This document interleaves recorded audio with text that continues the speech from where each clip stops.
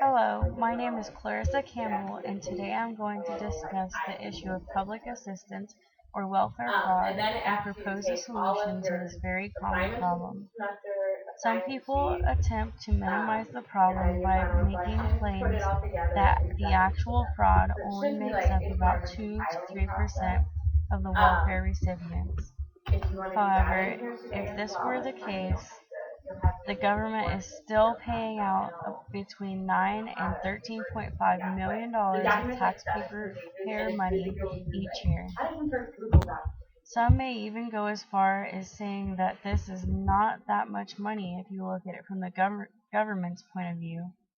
I, however, agree with State Representative David Reed, who asserts that if somebody is applying for benefits that they don't deserve, then we have a responsibility from a government perspective and a societal perspective to take those benefits away and use the dollars in a better form to help other folks in need. I have done extensive research into the various points of view on the topic in the last few weeks and have come up with a reform policy that I believe will dramatically increase the effectiveness of the current fraud prevention methods.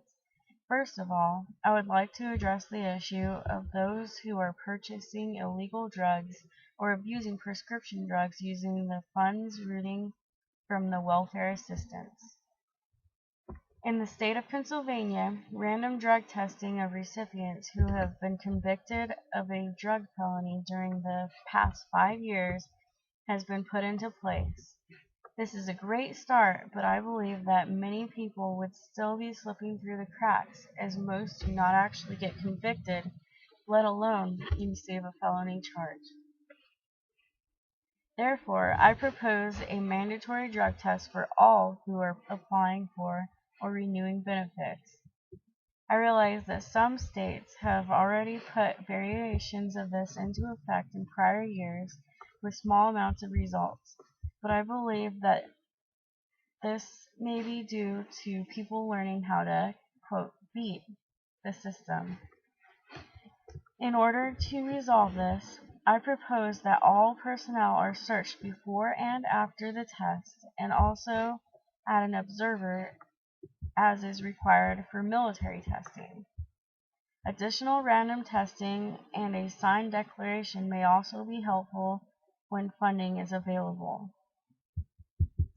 Another issue that comes up with public assistance is people selling food stamps to use the money elsewhere or buying purely high-calorie junk food that is really not needed and is unfair to any children who may be in the household.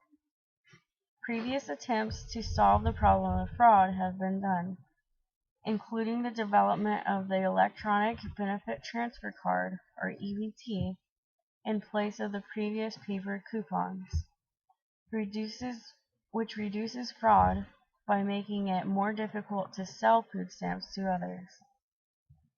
My proposed solution to both of the mentioned issues, including the further reduction or even potential elimination of this type of fraud, is that people should be given actual food that will provide well-balanced and meals for all family members. This will ensure that families in need will receive adequate amount of nutritious food for all members of the family.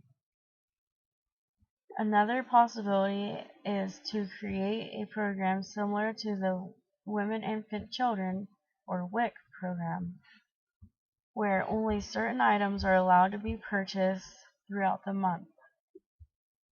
Either way, the food supplied can be either planned for each family by a certified nutritionist based on individual needs, or if funding is not available, it can simply be reviewed and approved by one to ensure that it meets the basic standards.